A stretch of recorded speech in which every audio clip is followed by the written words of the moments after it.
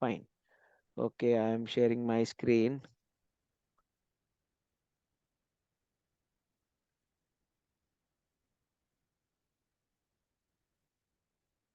Just a second.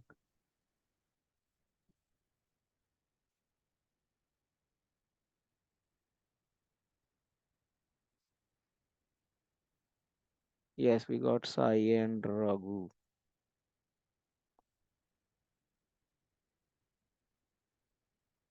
Yeah. Hi Raghu. Hi Sai. Raghu, this is your first session, right?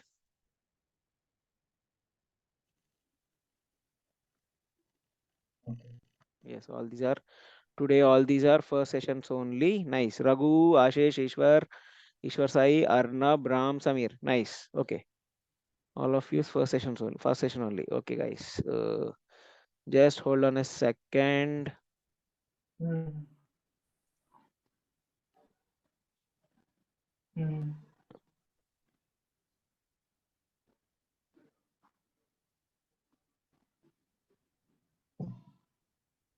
mm. Okay.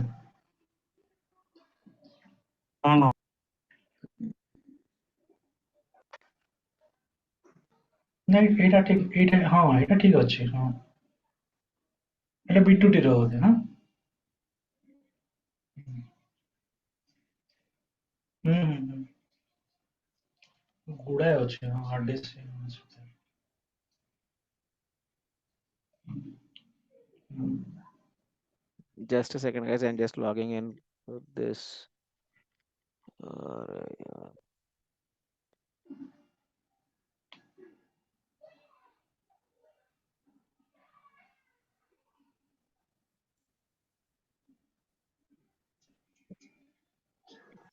ହୁଁ, ହୁଁ, ହୁଁ, Okay. Some of అవును you are చేసి చేసి ହୁଁ, ହୁଁ,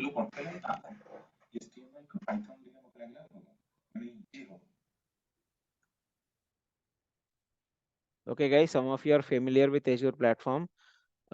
This is how your Azure portal looks like. It's just loading. Just give it a sec.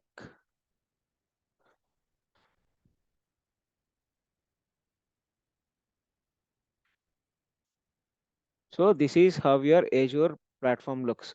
Okay, we'll be starting with Azure Data Factory as a part of this Azure Data Engineering course. We'll starting with Azure Data Factory. So as discussed in the webinar or the first session, Azure Data Factory is a data ingestion tool. Okay, so we can do transformations also, but basically as a data engineer, as an Azure data engineer, you will be using Azure Data Factory for ingestion. Okay, ingestion is bringing data or pumping data into your pipeline. Okay, so data factory is for that. When we go to Databricks, generally we use Databricks for data cleaning and data transformation, because Databricks is built on Spark framework, which can handle millions of records, big data very efficiently compared to Data Factory.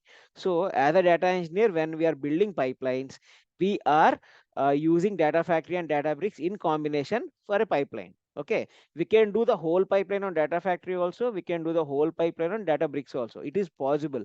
But when we are doing this in combination, we get the advantage of Data Factory for data ingestion, and we use the advantage of Databricks, its main features, to process large amounts of data, millions of records efficiently.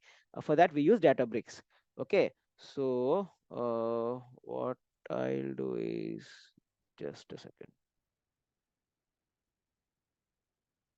Okay,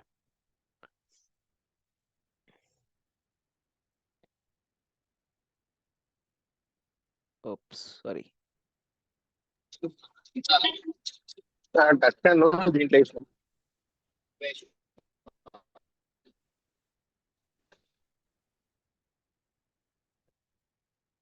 Okay, there are, so this is how your Azure platform looks. I'll share you a link to register on how to register on the platform. Okay, so Azure provides you 30 days free usage first if you are registering for the first time, and after 30 days you should convert it to an pay as you go. Don't get scared while converting into pay as you go. While using Azure Data Factory, you can limit it to only 400 to 500 per month. When you practice, Azure Data Factory will not be charged more than that. But for Azure Databricks, anyways, Azure Databricks will be starting after a month. So first, when you are creating a service, Azure Databricks, it will give you 15 days of free usage. That 15 days you can use for practice, then it will start charging you. There, I'll teach you how to reduce the bill on Azure Databricks. That you can do there somewhere around 500 per month. It will charge. So that thing is not avoidable. If first time you are registering, it will ask you a credit card or a debit card. You can register by that. If you have a different credit card or your friend's credit card, second time you can register. It will take the details, but it will not charge. Just work for 29 days, 30 days, then unsubscribe and close it. Then it will not charge. If you have your friend's credit card, the second month you can continue with a different account. You can't continue on the same account, but you can continue with a different account for practice. You can do that. If you only have multiple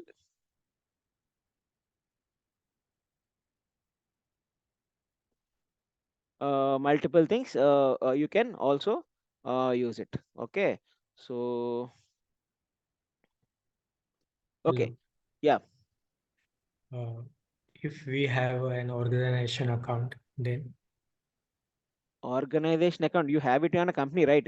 If you can practice on that, data factory will not does any more billing. If you have test environment or development environment which is accessible to you, you can use it.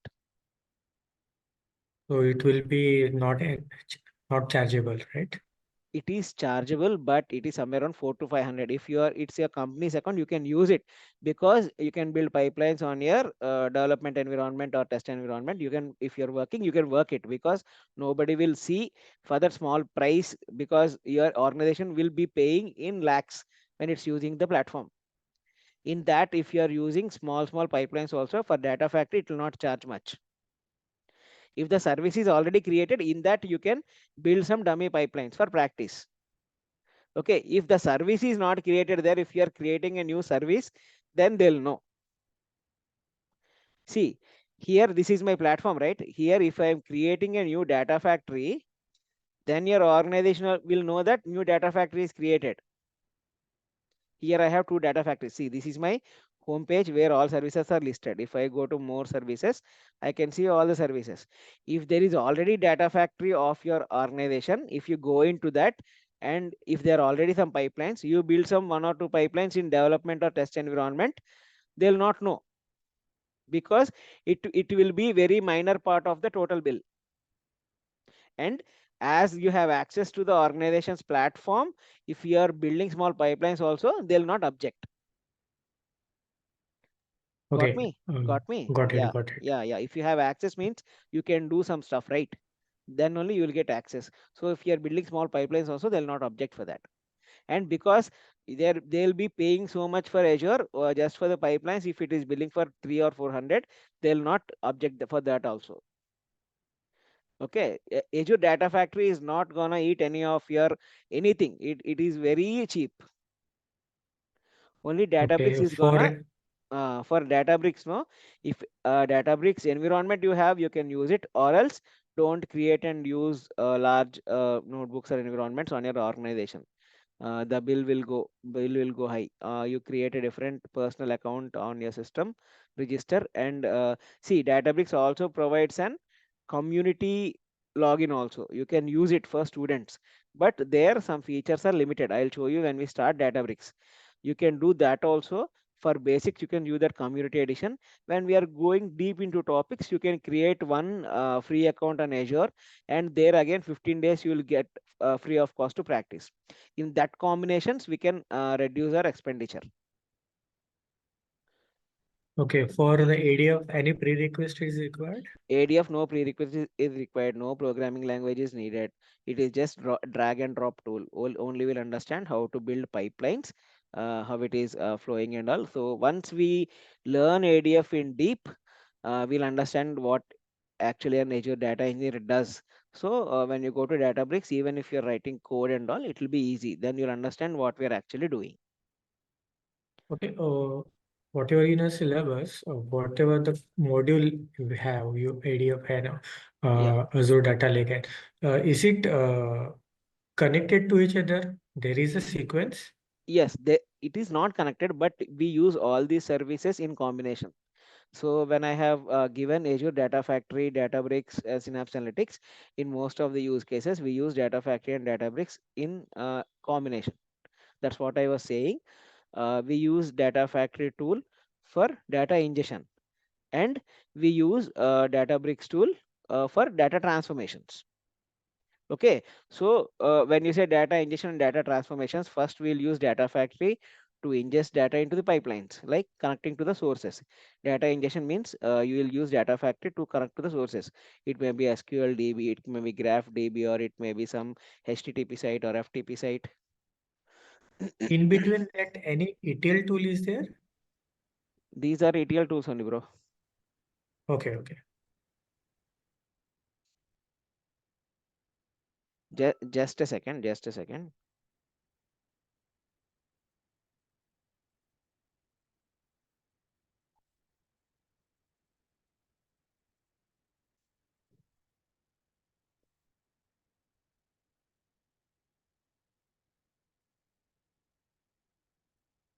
Okay. So ETL tool, when you say ETL, it is extract, transform, and load, right? So Azure Data Factory is a cloud-based ETL tool. Generally, they are non-cloud tools which work on on-premises, right? So these are cloud-based ETL tool. We are connecting to the sources, getting the data from there. We are loading it to the platform, or we are loading it to some storage account, or we'll transform that through a pipeline and load it to again storage account, or whoever needs will load it in SQL DB, whatever is the use case, we'll load it there. And these two tools also, Azure Data Factory and Databricks also, we can use them as ETL tools independently. Okay, but to gain the advantage of both these things, we'll use Data Factory and Databricks in combination. For data ingestion and connecting to sources, we'll use Data Factory. For transformations and data cleaning, we'll use Databricks. While going into the course, you'll understand why we are using in that way. The same use case, the same problem can be solved just by using Data Factory also, just by using Databricks also, but we use in combination to get the advantages of both. What happens is, when you are using Databricks, when you are using Data Factory for transformations, it will take more time compared to Databricks. So for transformations, we'll use Databricks. And to connect to sources and all in Databricks, you need to create so many connections using code. But in Data Factory, it is all pre-programmed. Only thing you need to know is, we learn going down. Only thing we need to know is, if you want to connect an SQL DB, only thing you need to know is server address and credentials. If you know, you can connect to that SQL DB. Or other things you don't need to know. Okay, you don't need to write code also. It is already there. It is just giving you a text box. There you will be giving just your server address and credentials. So those kind of, I'll show you now because it's an intro session. We'll see that also. I was just going through the basics of ADF. So that way we'll be using ADF for data ingestion, and for processing we use Databricks. Fine. For data data factory intro, I'll first start with this.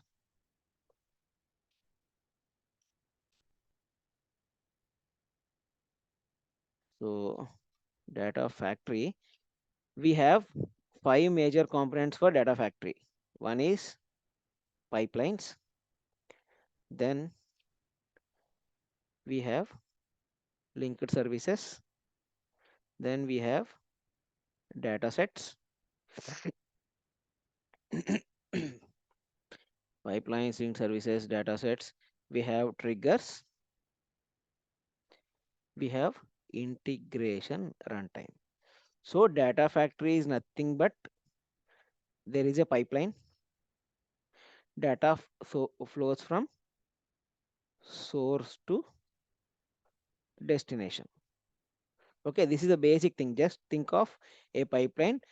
Take a pipeline of municipal pipeline that is bringing water to your home.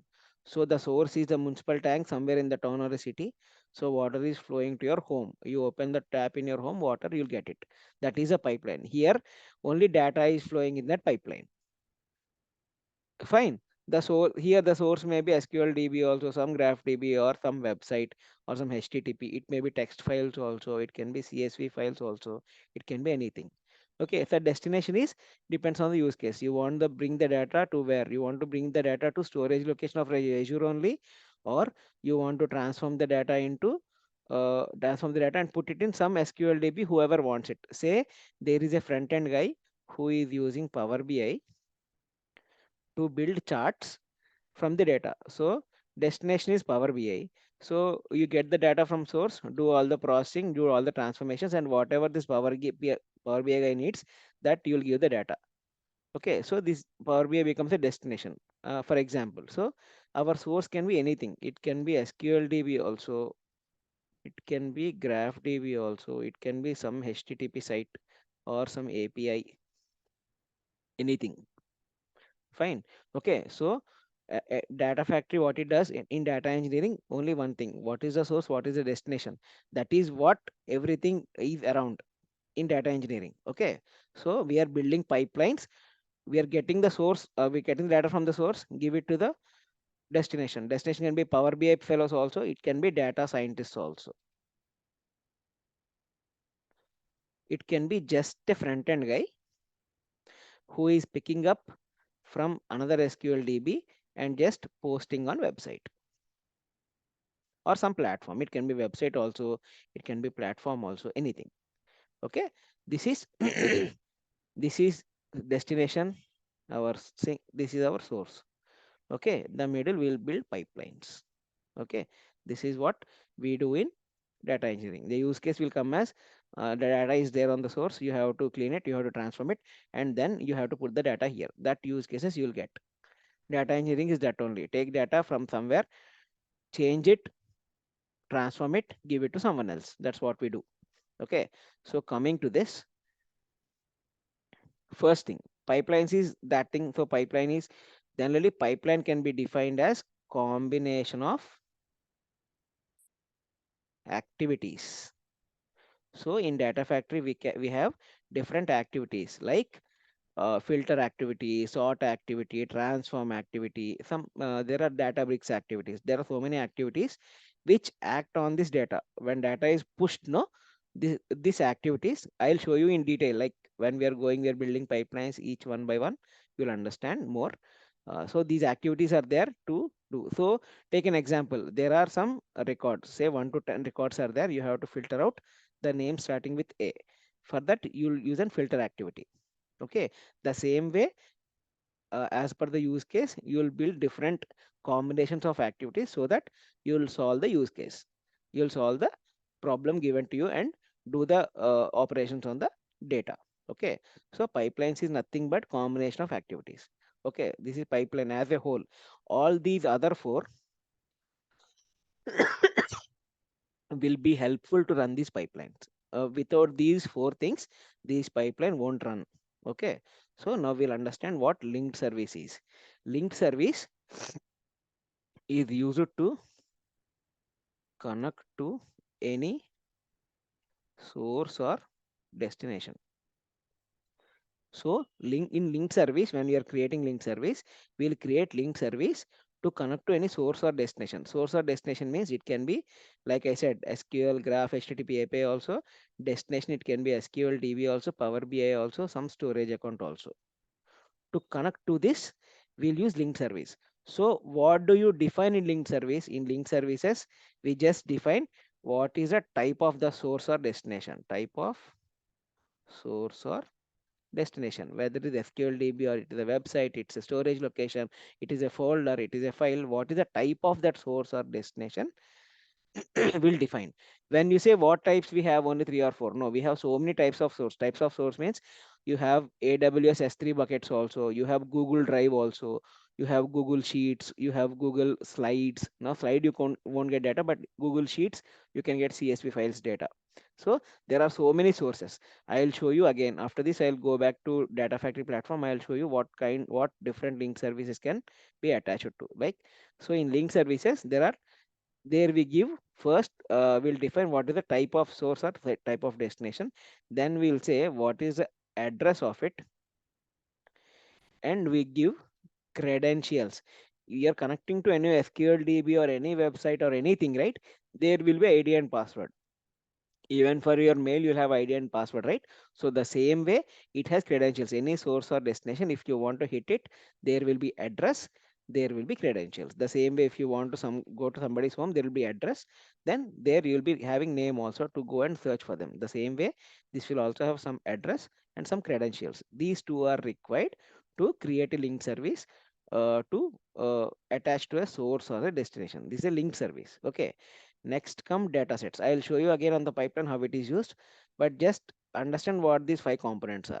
So in data sets, we have already created link service. We know what is the source, where that which SQL DB to go, or which website to go and touch and all.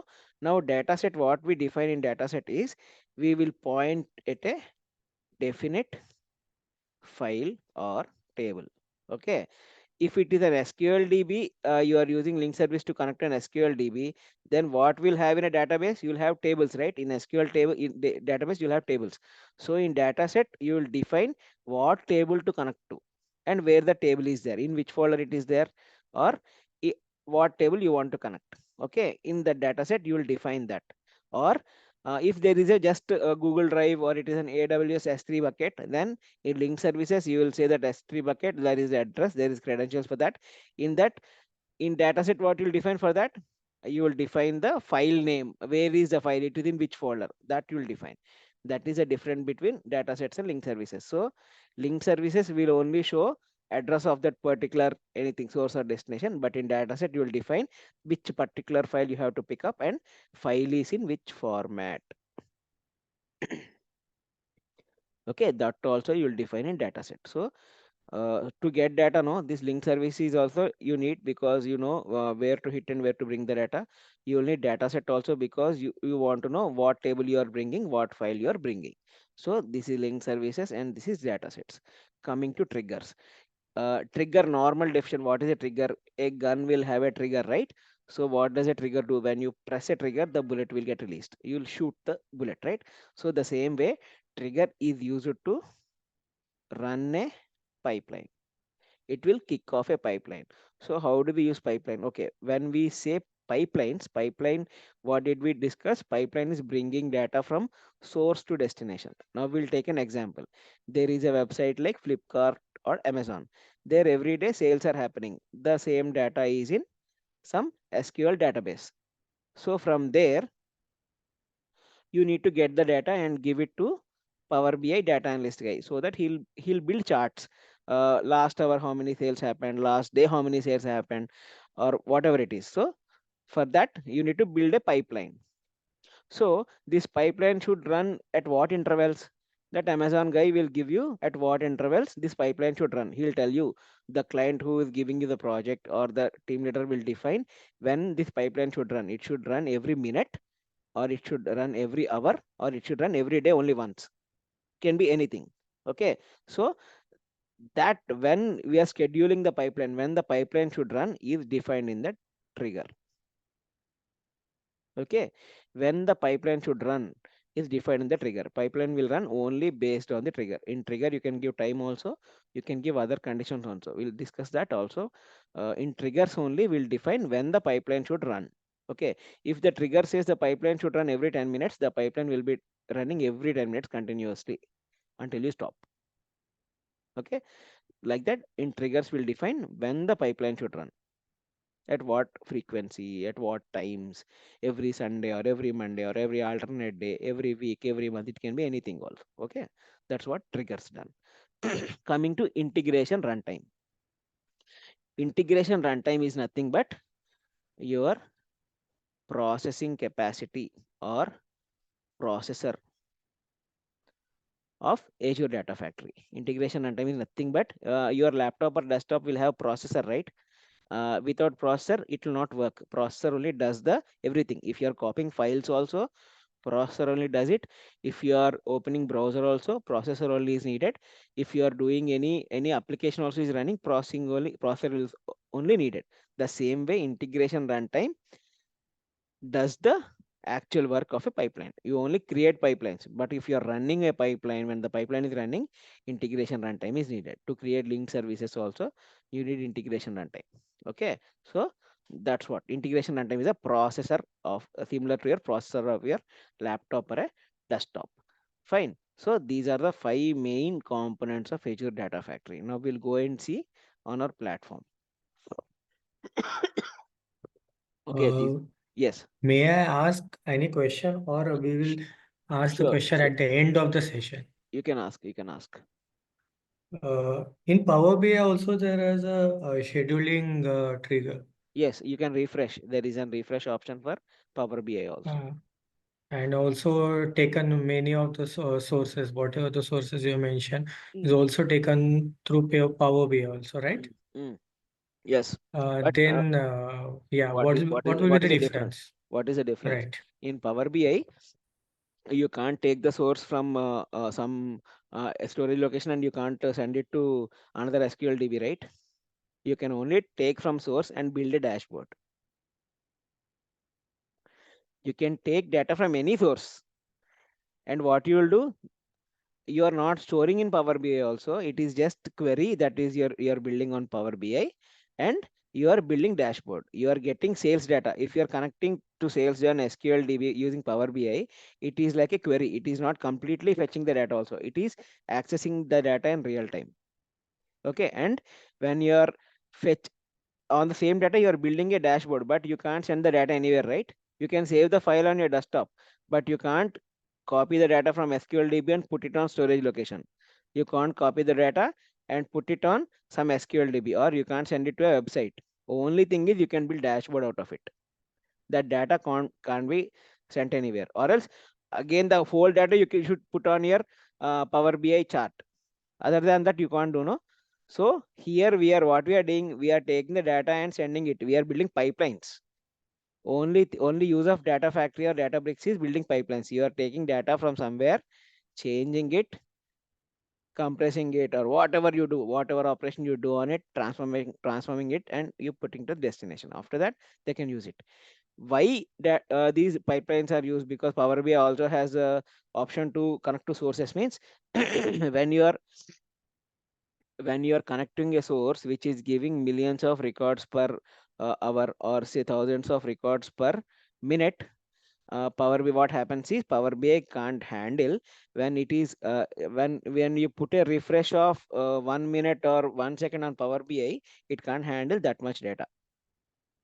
Then what happens is most of the data cleaning or data transformation, we'll use Data Factory or Databricks to use, and the end will directly give the aggregations to Power BI, so that Power BI will just use the aggregations and build charts. Okay, because Okay. using Power BI, you can put a refresh for say every 6 hours or every day or every 1 hour. I don't think anybody has put a refresh of every 1 minute or 1 second on Power BI, right? Okay. For real time, Real time you don't put, yes, ADF. you Yeah. will schedule it every day 6 p.m. or every day 9 a.m. so that you'll get your yesterday's data. You'll schedule it like that. But these pipelines, no, data factory or Databricks pipelines, these will do streaming data. They can handle if data is being produced. We'll handle streaming data also in our projects. When data is being produced, say hundreds of records per minute, thousands of records per minute, that data can flow through Edu Data Factory pipelines, Data Bricks pipelines, and we can build aggregations. And then we handle these records. No, then aggregations we can give to Power BI. You can do aggregations on Power BI also, but this so much records are there, so many records are there, that aggregations we can do on on these pipelines, and we can give it to Power BI. That becomes easy on Power BI also. Okay, or else we can do all the transformation in the pipelines. We can store it in storage account, and Power BI will fetch from the storage account every 6 hours or every day or every day morning, whatever it is, or whatever the use case is, it can take it. Okay, so that Okay, is a got it. use of pipeline and not Power BI. So that's what happens when we are handling large amounts of data. We'll use this, and the same way we'll provide it to Power BI guy or a data scientist guy or a front end guy who will take the data and use it. Data scientist also can take data from SQLDB or GraphDB directly and he can do models. But what happens is when the data is very large, when data is coming in continuously for every second or every minute, he can't handle it or he can't build like that. So he needs some pipeline which can streamline this or do some operations, clean the data and all. After that, he'll get the data, then he'll put it into model. That's what we will help these guys. When the organization or a data set is from medium to large scale, then data engines come into picture. For a small shop or a small supermarket, if you're building Power BI and all, there you don't need these data pipelines because Power BI can handle that source and that range of data. If you have only 1,000 sales per day, take a supermarket in a city, it has 1,000 sales per day, not more than that. That Power BI can do for every day. But you take a website like Amazon, there would be somewhere around 1,000 sales per minute, definitely. So for that range, you will need pipelines, data engineering pipelines. It may be Azure also, it may be AWS also, anything, GCP also, or any independent tools also. You will need data engineering pipelines for that. So that is a need of Azure data engineering pipelines. Okay. So these are our main pillars or components of Azure Data Factory. Now we'll go into Azure Data Factory platform. So this is our home page. So here it is showing all the resources given by Azure platform.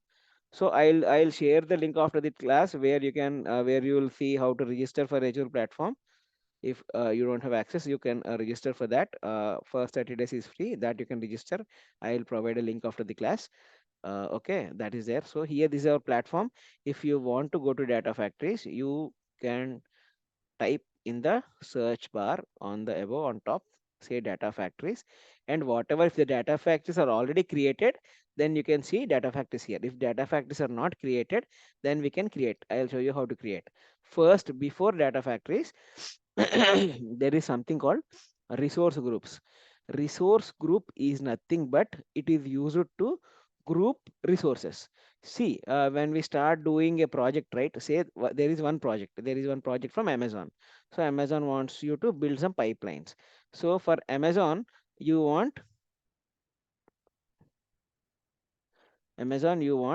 one data factory, one ADB Databricks, and you want say one Synapse service also, and you want different service, say other service, some XYZ service, like storage location. You want storage location also. And again, there is another project on the same platform. Your company is only having the platform. You have a different project, that is Flipkart. Then for Flipkart also, you're building pipelines. Then you want ADF, and you want again ADB, and you want Synapse. So to differentiate between these, which is doing what and all, we'll create a resource group. Resource group is nothing but it is used to group the services. We'll create one resource group whose name would be Amazon, and on the resource group we'll create this ADF, ADB, Synapse and all, that will be tagged to Amazon only. So you'll differentiate between resource group of Amazon and resource group of Flipkart. Here also we'll create a resource group, and you'll create ADF, ADB, Synapse one service on this under this resource group. Then you can differentiate between ADF of Amazon and ADF Flipkart. That is what resource group can be used. Another use of resource group is whenever developers or anybody is using it, we can give access based on resource group. So Amazon project will have 10 members. So they will have access only to services under this resource group.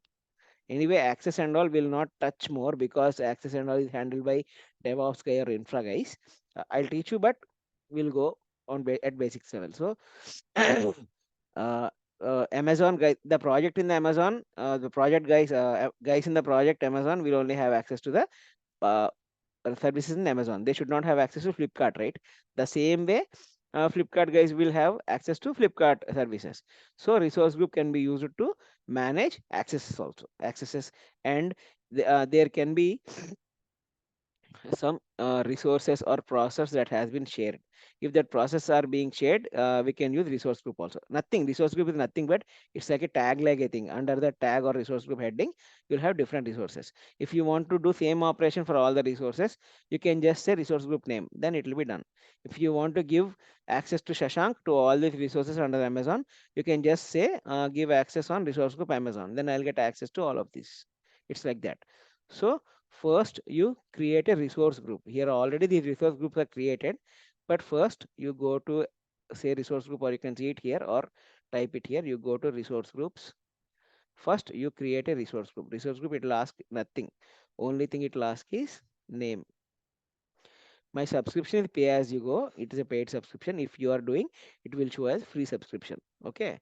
Then you give some resource group name. Okay. Today is Monday. Monday, Feb B7. This is my resource group name. It is asked for region. Generally, what region you choose is where there are more users or where your project is going to be, that region you choose. But when generally choose East US because that East US server has more capacity. Resource group is okay when we are creating some say SQL DBs or Databricks compute and all. We'll use the same region because that East US or Central US servers are large, and from there, if your data factory will need some virtual machines or there, those availability is more, so that can access, that can be allotted to you easily. That's why we use, generally we use East US only. By default also it is showing East US. Let it be East US. Give your resource group name and say subscription and say review plus create and say create. It will ask nothing. There is no details for resource group. You can just create the resource group. It got our Monday Feb B7 got created. Nice. Then you go to all services again. You go to data factories now. You create a data factory. I'll show you how to create a data factory. These two are already created. We'll create a new data factory. You'll say just say create.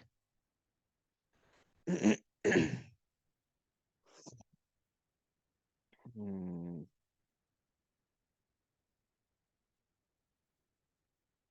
yeah, it is. It's this is how it shows. Again, it is showing subscription. Here you'll get your name. In resource group, it is asking if what resource group my data factory should be created. So I have so many resource group now.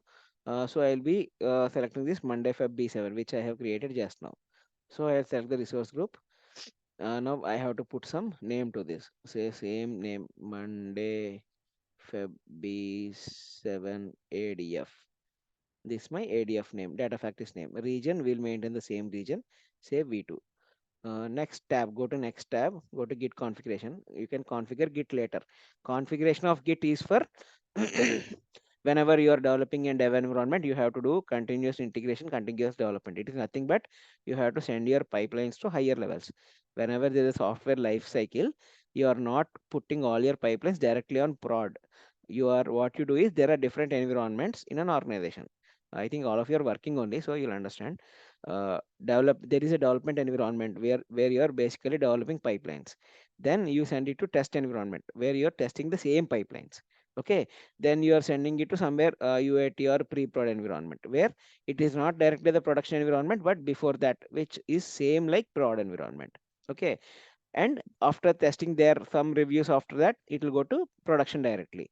So this travel of these pipelines or code, this should happen automatically, right? You should not create again manually. This code should go to, from development it should go to test, then it go to pre-prod, then it should go to prod. So this continuous ingestion, you are creating pipelines, they should go automatically after your authentication. So for that you will use GitHub, CI/CD with GitHub. We can will teach, and again using DevOps also we will do CI/CD, that also we'll discuss. For that it is asking you want to configure Git or not. I don't want to configure it now. I am putting as configure Git later. Okay. Then I go to networking. Here also you don't need to touch anything. You can directly go to review plus create. It is just reviewing. It will give the option to create here. Wait for a sec.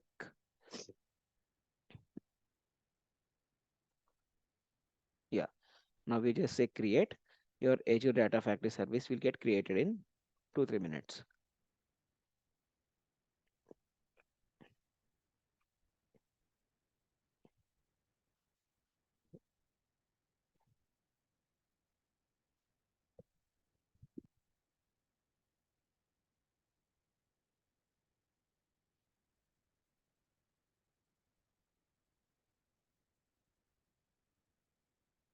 Okay, your deployment is complete. When you say go to resource, it will take you to your Azure Data Factory. This is your Azure Data Factory in your resource group. Here you click this, you can open your data factory.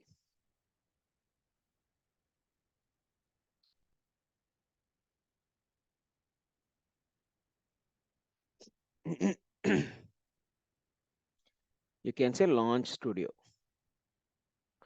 Your data factory homepage will open.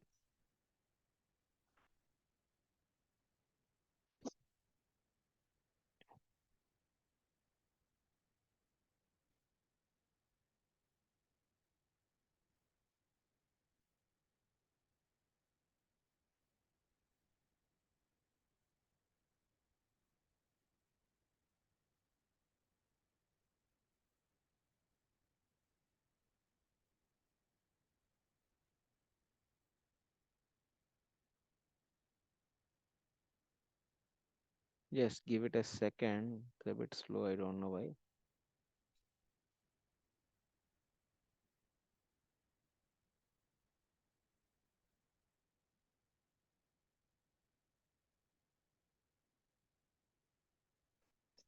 Mm, I think the network is slow.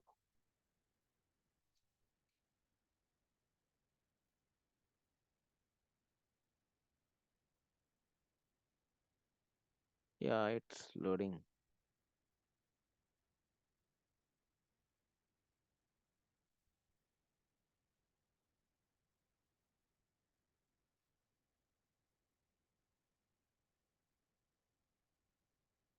Okay, this is how your homepage. This is homepage of your data factory looks like. On the left, you have 5 tabs. The first one is home, then you have author, then you have monitor, then you have manage. Okay. When you go to author, click on author. Here is the page where you build your pipelines. You go to pipelines. There are no pipelines. You can just play plus pipeline and pipeline. There is a screen. This is a canvas where you build your pipelines. You put activities here and it becomes a pipeline. I'll tell you, we'll build pipelines later. Below the pipelines, you have this menu for data sets. Here where you create data sets. And what did we discuss? We discussed linked services, right? We'll go to manage. In manage, you can see there are linked services. If you create linked services, it will come here. Then there is option for integration runtimes. When you click on integration runtimes, there is already an integration runtime created. Integration runtime is nothing but the processor for this data factory, right? So this is auto resolve integration runtime. One default integration runtime is created by data factory only. When it is created, it is ready. So you don't need to create. But what are the limitations of this integration runtime is only the sources uh, local to this Azure platform only it will be used to process. When your source is storage account on Azure platform only and your destination is SQL DB on Azure platform only, then both are Azure platform only, no? So then this auto resolve integration runtime can be used. But if your source is somewhere out of this Azure platform, say some SQL DB on SQL server or some PostgreSQL server or some HTTP or an API, then you need to create a different integration runtime which would need a virtual server. Virtual server is nothing but a different computer that will process the data. Here also I said it's a processor, right? So auto resolve IR also process the data. If you create a different integration runtime, we call it an IR integration runtime. You need to create a different IR and it should point to a different system. For system, you can point to your desktop also practically. Then your processor will be used to process the data. Or Azure also provides virtual servers. You have to buy a virtual or pay for a virtual server, or in free time it will provide a virtual server. On that virtual server, you can create an integration runtime, and that integration runtime will point to a virtual server. We'll build everything in detail. We'll discuss. Okay, so that integration runtime, then we can access any source or destination outside the Azure platform. For anything on Azure platform, this is enough.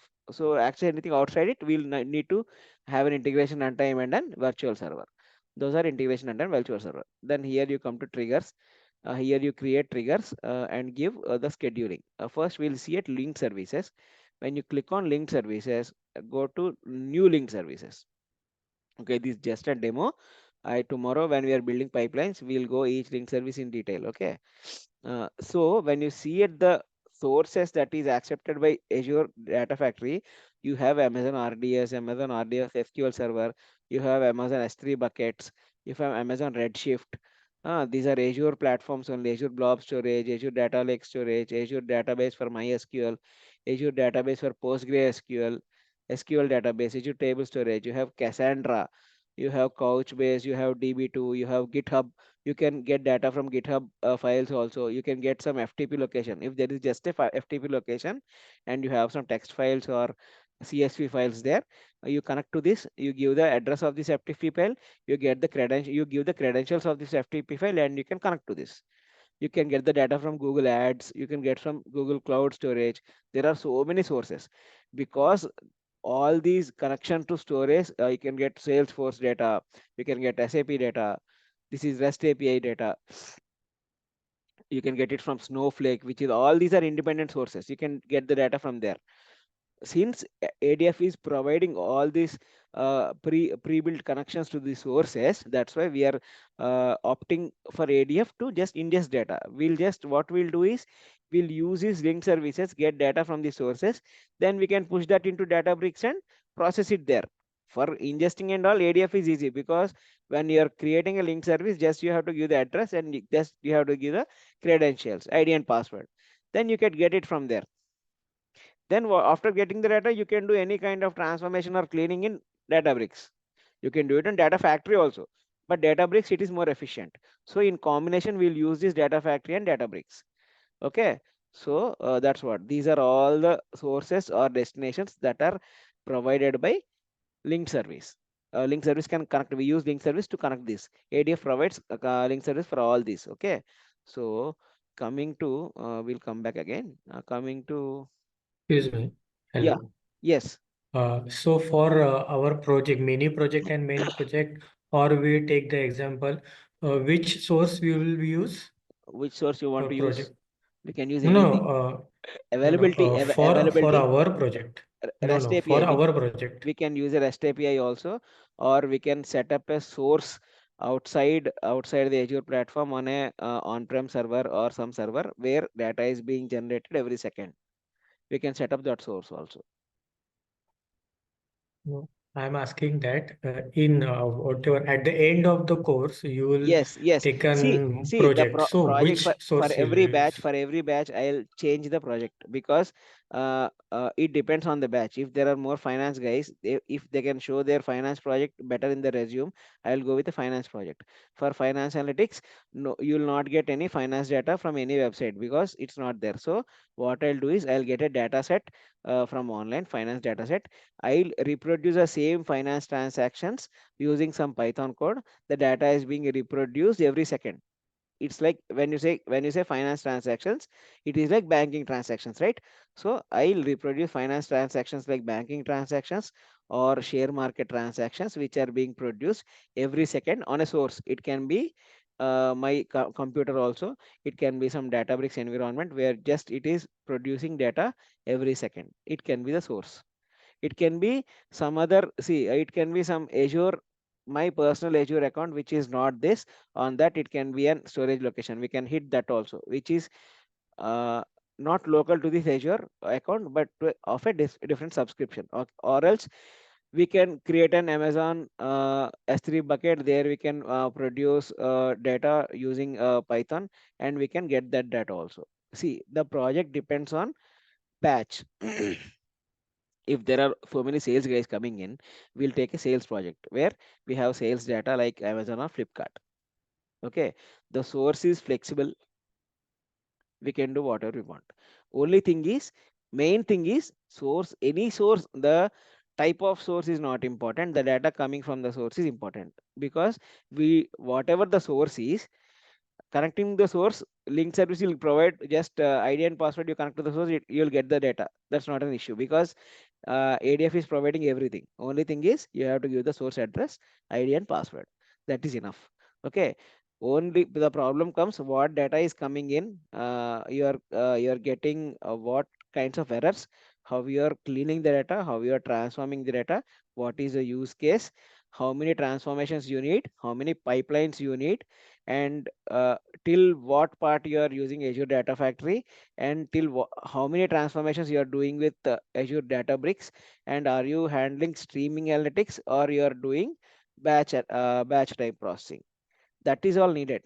Your your whatever the source may be, Azure Data Factory, you will have to give address and ID and password only.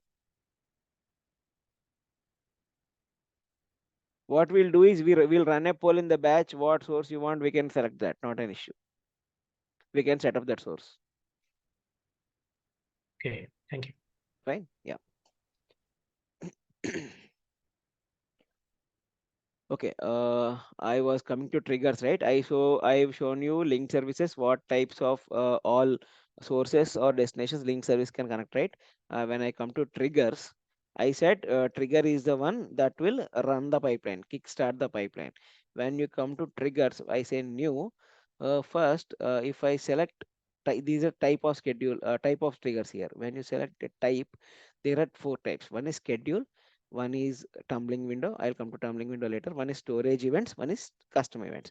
So schedule is you will give which day, which time, every 15. See, here you're asking every 15 minutes or every hours, every 1 hour, every 2 hour, every 3 hour. You can put it like that, or weekdays of that week or weekends of the week. You can select it here. When you come to storage events is like there is some folder, some other service is getting that data into that folder.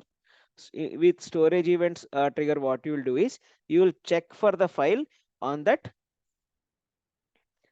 folder. Storage account, storage event is on that storage folder. You will check whether the file has come. Only after the file has come, the pipeline will run. You can program like that using the storage event.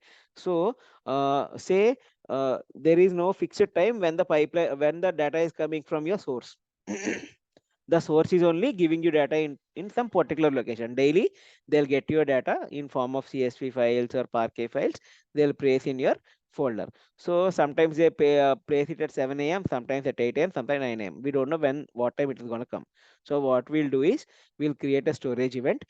Programming this, what we'll do is we'll say whenever the file with name so and so comes to the folder, the pipeline should run. So whenever it will be checking on the folder every second. So whenever the file is placed in the folder, the storage event trigger will, what will do, it will hit the pipeline, and the pipeline will copy the file and do the processing. Okay, that's it. That is what storage events is used for. Okay, then there is custom events also. Custom event is, for this you will be needing a different service called event hub. Event hub is nothing but here we discussed about storage event, right? Storage event is nothing but whenever there is a file in a folder, whenever the file is deleted from a folder, that is called a storage event. Storage event means folder and files, that is storage, right? So when come to custom events also can trigger a pipeline. Custom event is whenever there is a say folder created, or there is some event that happens on a different service. Okay, when say there is some data pulled from an API to some different service of Azure. If an event hub is programmed there, when the event hub received that event, this pipeline will run. You can program that also. I while creating the triggers and all, we'll learn that also practically. Some event happens on some event hub. This event, custom event, this pipeline will run. We can program that also. Okay, that's what custom events for. Okay, these are types of triggers. So only not just on time or every hour, every minute, the pipeline runs. It can be programmed with different, based on different conditions also. Pipelines can be run based on those conditions. Okay, then we have global parameters here.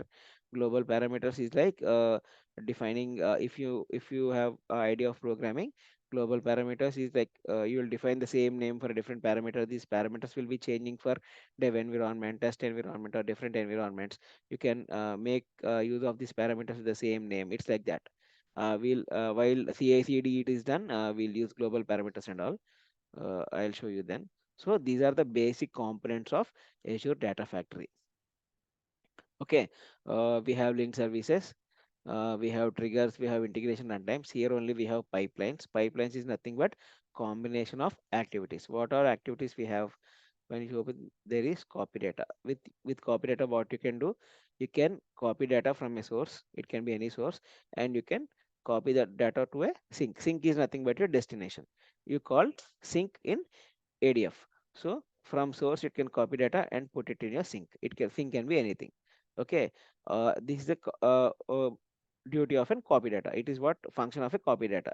So you have different called Synapse notebook. You can use a Synapse notebook to run the pipelines, or else you have Databricks notebook. We'll learn Databricks, right? Databricks code.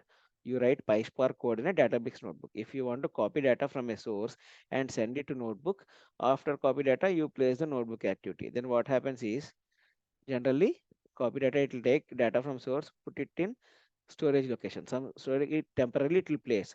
This notebook, what it does, it will take data from the storage location and process data, and it will write to SQL DB, or it can put on storage location, or it can send to anywhere. It depends on the use case. So like this, we'll have combination of activities which will become a pipeline. You can have Databricks here, or we can have some activities. Say there is a filter transformation. You need to filter some data out of this copy data. For that, you will need filter, or you have some if condition. You will put a condition that only some data should pass through this. If data is like, if the gender of a employee is male, that should go to this pipeline. If the gender of the employee is female, this will go to another pipeline. For that, you can use if condition. So there are different activities here. With different combination of activities, you are building a pipeline. Okay, so we'll look that in detail. So tomorrow we'll start, I mean Wednesday we'll start building pipelines. We'll start with the basic pipeline, then we'll understand where link service is created, how it is used, then where data set is created, how it is used, and what pipeline we are building. Okay, so since today the first class, we just looked into basics of data factory. I am ending the session here today. We'll meet again on 9 p.m. Wednesday. Then we'll ramp up, we'll start building pipelines. Okay, we'll do basic pipeline stuff. We'll connect to different link services. We'll run data. We'll start with small pipelines. We'll ramp up from Wednesday. Okay, guys, any doubts till now on today's class? Hello. Yes, yes.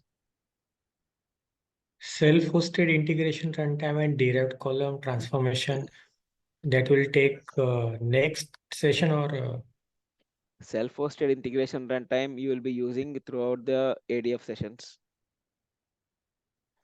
Okay, okay, you'll do it daily.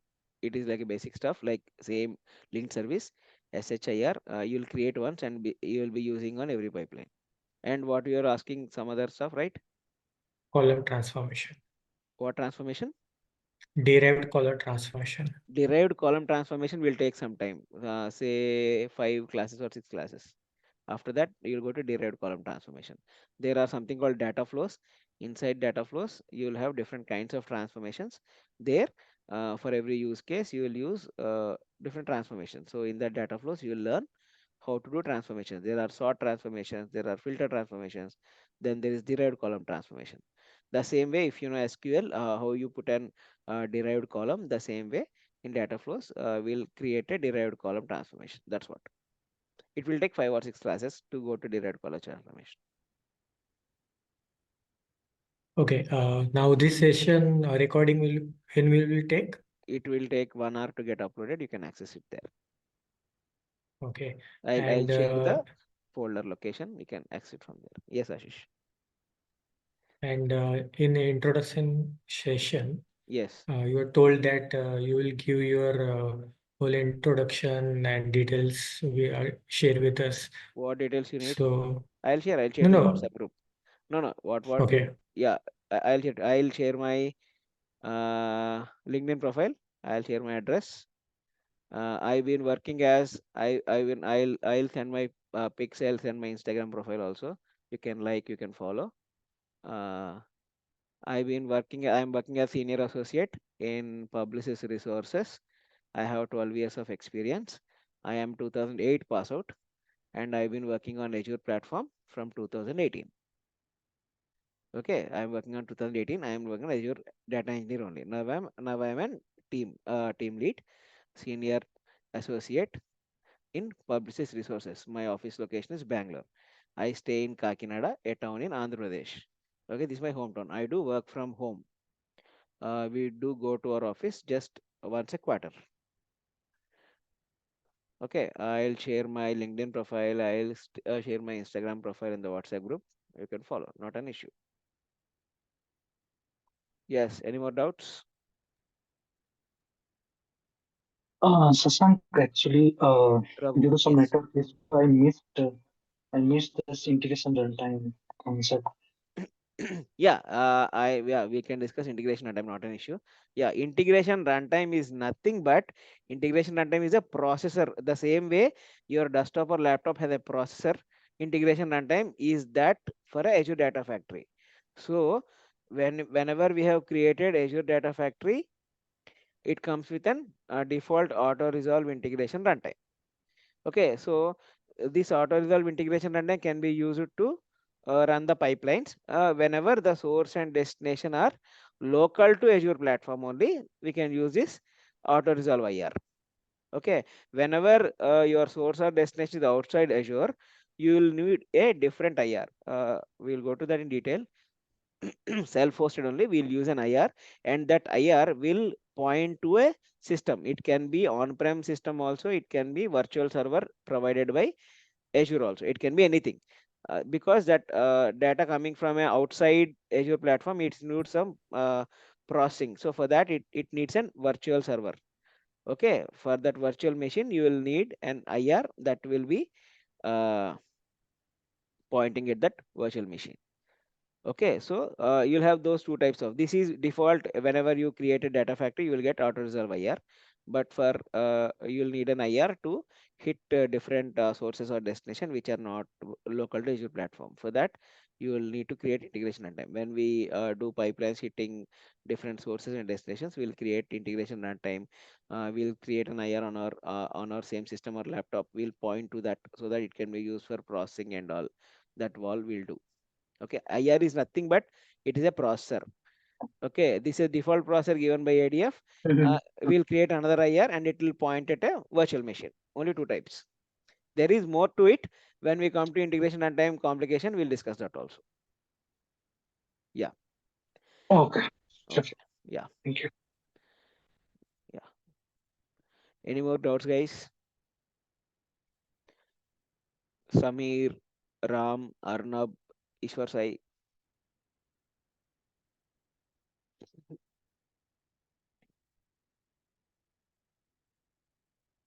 Okay, guys. Then I am ending this session. You can access the recording in an hour. It will take generally it will take less than 1 hour only, but I just said it's an hour. Okay, we are ending this. Wednesday, meet you at 9 p.m. We'll start building pipelines. If you have any doubts, read the recording today again. So Wednesday we'll have more people on our session. Today I only Raghu is there from the the batch. I dropped off 6 members because they attended a previous session, which was also an intro. So next session we'll be having around 12 guys minimum. Fine, guys. Okay, let's meet on Wednesday 9 p.m. Same link. The link will work. Bye, guys. Okay. Thank Mm, you. yeah, Thank thank you. you. Thank you. Thank you. Thank you. Thank you.